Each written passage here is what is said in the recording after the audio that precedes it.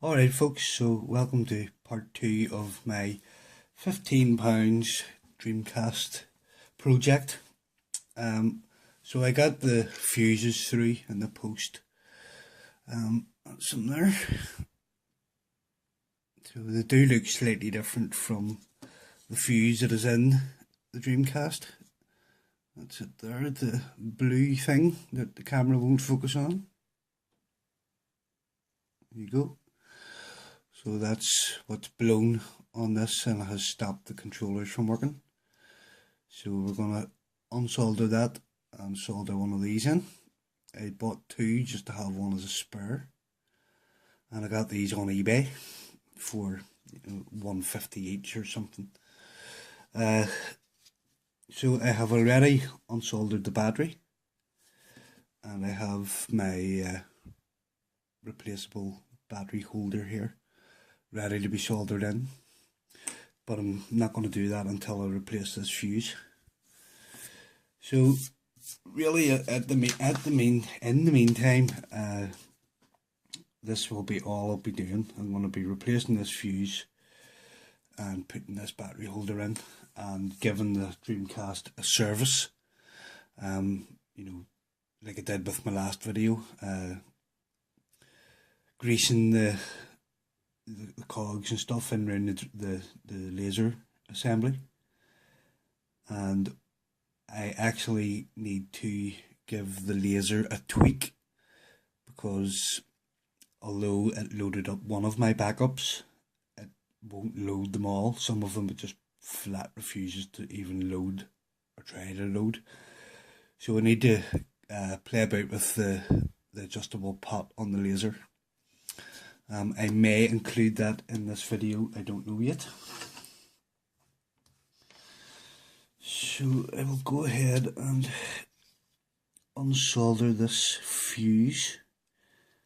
There's no plus and minus on this apparently, so it doesn't matter what way I put the new fuse in. So I will just add a little bit of solder to these pads first, just to make it a bit easier to desolder them.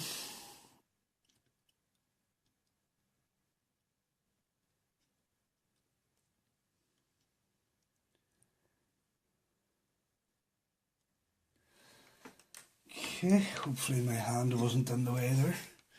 I'm going to use my solder sucker to pull as much solder out of the holes here as I can. See if I can zoom in a bit there on that.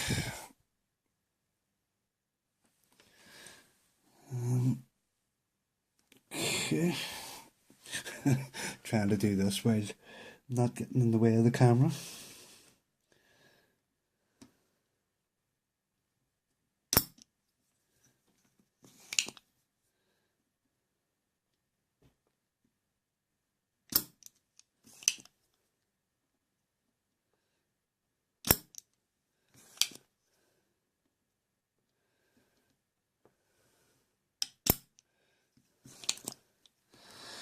Okay, so those legs are slightly bent over, so I need to straighten them up a bit.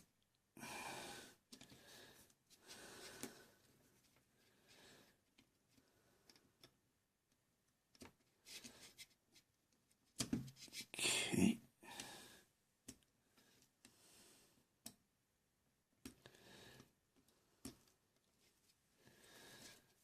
Okay, and there it is, it fell out. So that was pretty successful. You can see right through the holes there. It's marked F1 for the fuse. Okay, happy days, that was easy. Like I said, there's no plus and minus on this, so it's just a matter of throwing it in.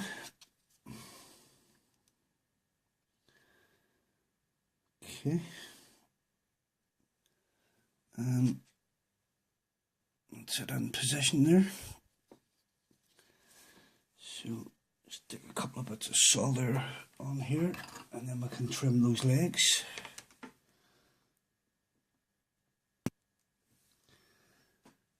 Okay. And it's so much easier when you're not making videos.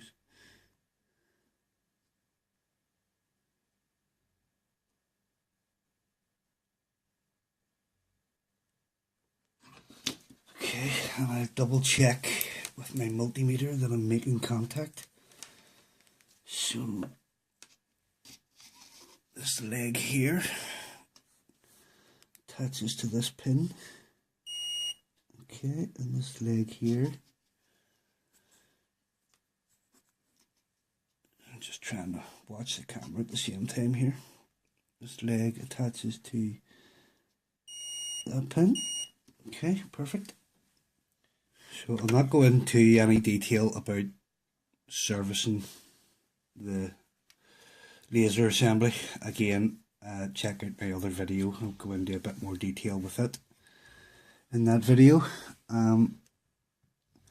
What I will do is I will show me adjusting the pot on the ribbon, which changes the power of the laser basically and helps it read better. Okay, so this is the inside of the laser assembly, and this here, if we can find something to point with, this is the back of the laser assembly itself. So there is an adjustable screw on this. I need to try and get the camera into position here to show you.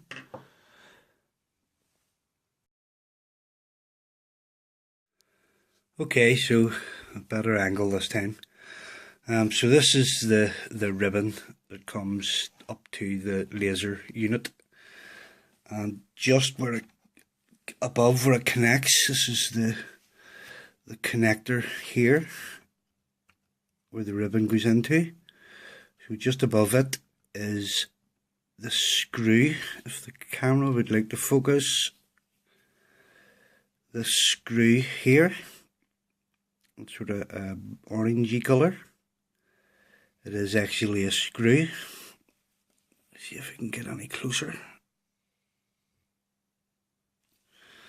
So as you can see, it's sort of like almost a star head shape inside.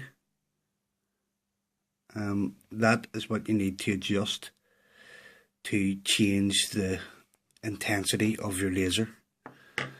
When you're adjusting these, you need to move it as little as possible. We're going to start in a clockwise motion, and we're going to move it a couple of degrees and no more, and then test, see if it's any better or worse. If it's worse, we'll move it back the way.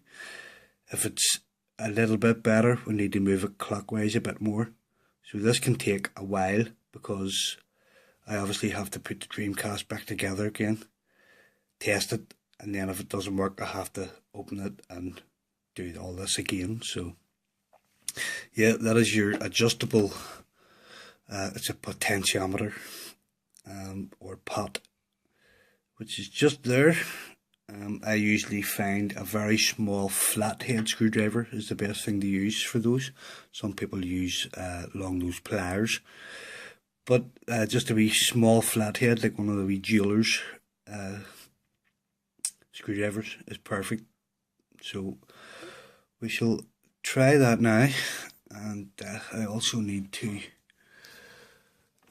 try and get some of the dirt and dust out of this, because it's not too bad now, but there is a bit of dirt and dust and hairs, as you can see, along the rails of the laser assembly there. Okay, so I've been messing about with this thing for 20 minutes or half an hour now, and no matter where I adjusted the laser to, it didn't make any difference, which basically tells me that the laser is good and doesn't need adjusting. I could get about half an hour on the turn, you know, about 30 minutes worth of turn without it making any difference. It's only when I sort of go beyond the half an hour mark, or the 180 degrees, that it made any difference. You know, it would then fail to load quicker, but I couldn't get the games to load at all, the ones that wouldn't load. So it made me think it's something to do with how the discs are burnt, and it turns out I was right. Now, this is the Resident Evil 2 that I was trying to load, and it will not load it at all. It just throws you back to the main menu of the Dreamcast. So I went back to the drawing board. I actually still have the ISO file on my computer that I burnt this with. So we used the same ISO file, and I burned 2 different copies of Resident Evil.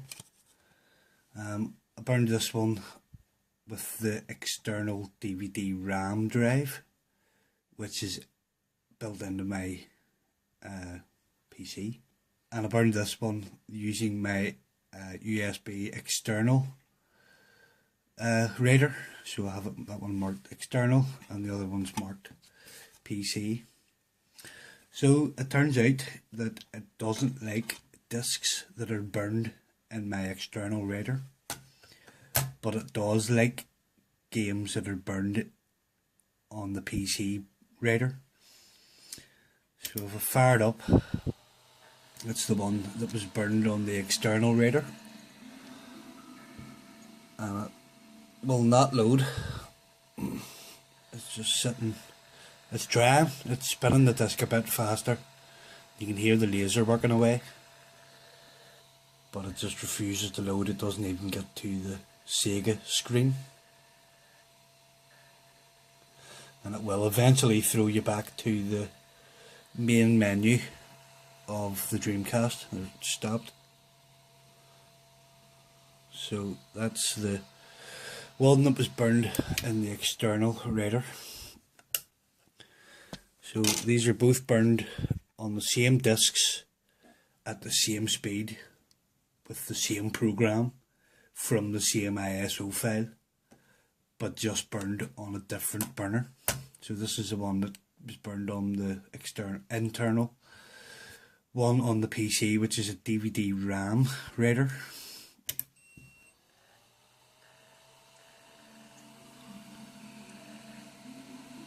And around about here, yep, this goes full speed, and you get the Sega loading screen, and it does take a couple of seconds here. You can hear the laser running away there, reading the disc.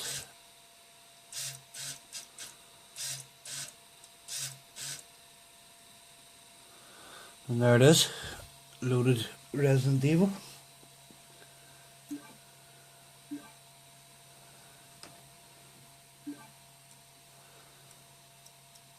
So yeah, it just seems to be fussy about how its discs are burned. So some of these discs would have been burned on both of my drives, and probably some on my laptop as well, because my other Dreamcast, my good Dreamcast, is not fussy in the slightest. It just plays anything you throw at it. So I'm going to have to try and make a note somewhere to remind myself that if I'm burning DVDs, or burning CDs, sorry, to be read on this Dreamcast in particular, they need to be done on the PC. I suppose you could just make sure to burn all Dreamcast games in the PC, because my other Dreamcast will play them anyway.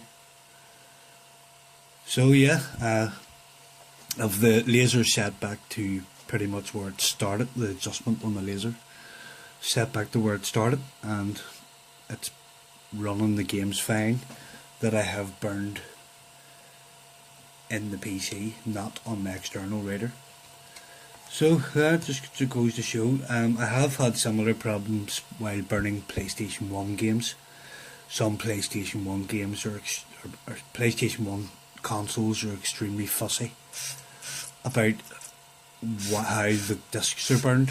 You can do the same thing, burn 2 exact same discs in the same way, but use different writers, and it'll write play one but not play the others. So just seems this Dreamcast going to be a bit. My flash went off from the camera there. My battery's getting low. Yeah, this is just going to be a bit fussier than the other one. Really, there's not much I can do about it. As I've tried adjusting the laser, it doesn't make any difference whatsoever. So that's it, guys, for now anyway. I do have other plans for this Dreamcast, but they'll probably not happen particularly soon. I hope to do the VGA mod, possibly the scanline generator and region free BIOS as well, possibly SD card. We'll just take it from there. I'm just going to mod this thing as I see fit. So I hope you enjoyed watching, guys. I hope it wasn't too boring. I hope it was informative or interesting for someone. Thanks, guys. Bye for now.